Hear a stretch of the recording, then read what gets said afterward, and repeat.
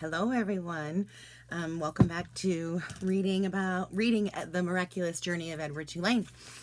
I wanted to start today by reviewing my character list. I keep adding after our chapters. I hope that you are doing the same thing.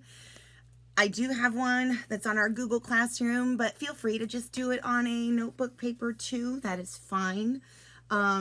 My paper's set up, and our characters so far, we've met Edward Tulane, Abilene Tulane, Mom, Dad, Pellegrino, Rosie, the maid, Martin and Amos, those two naughty boys.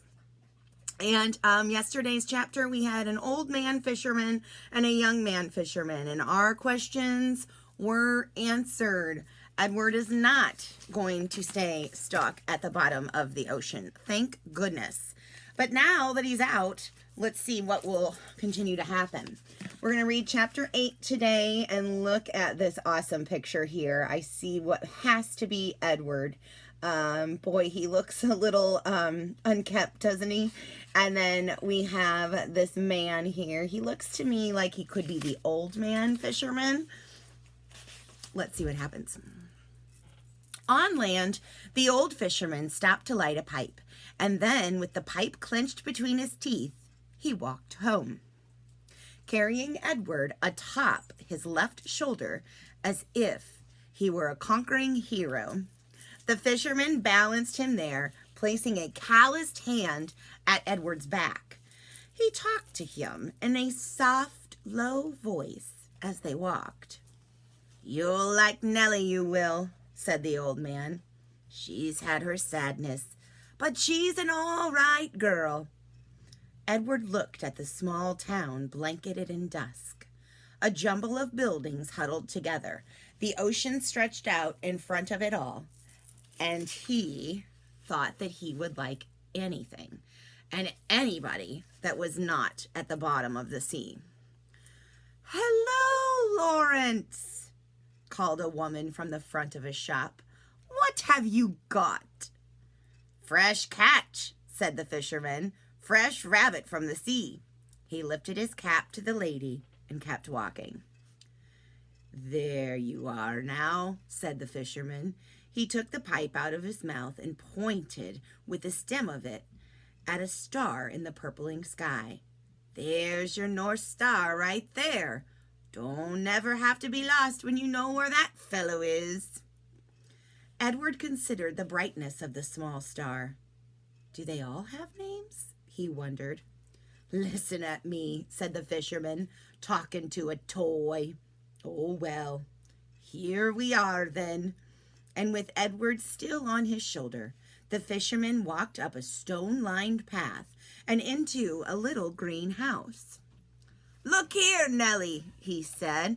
"I've brought you something from the sea." "Oh, I don't want anything from the sea," came a voice. "Ah, now don't be like that, Nell. Come and see then." An old woman stepped out of the kitchen, wiping her hands on an apron. When she saw Edward, she dropped the apron and clapped her hands together and said, "Oh, Lawrence, you bring me a rabbit." "Direct from the sea," said Lawrence. He took Edward off his shoulder and stood him up on the floor and held on to his hands and made him take a deep bow in the direction of Nellie. "Oh," said Nellie, "here." She clapped her hands together again, and Lawrence passed Edward to her. Nellie held the rabbit out in front of her and looked him over from tip to toe. She smiled. "Have you ever in your life seen anything so fine?" Edward felt immediately that Nellie was a very discerning woman. "She's beautiful," breathed Nellie. For a moment, Edward was confused. Was there another object of beauty in the room? "What will I call her?" "Susanna," said Lawrence. "Just right," said Nellie. "Susanna!" She looked deep into Edward's eyes. "First off, Susanna will need some clothes, won't she?" And here's our picture of Lawrence, Nellie, and Edward, who, remember, doesn't have any clothes on. So Miss Nellie only assumes Edward is a girl.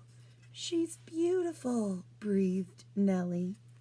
So now Edward Tulane is Susanna. So, as you work on your character list today, you have a couple of characters to add. And what I'd like to see you do, right next to Edward Tulane, just make like a little slash or a parenthesis, something, so that Susanna's not going to be a brand new character, but it's a new name for Edward. So we want to make sure that it's kind of like his AKA, his also known as. We have Edward now, okay? Or we have Susanna now with Edward. All right, guys. Don't forget to check your assignment on Google Classroom.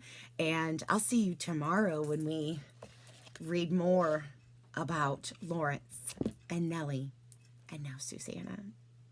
See you next time. Bye.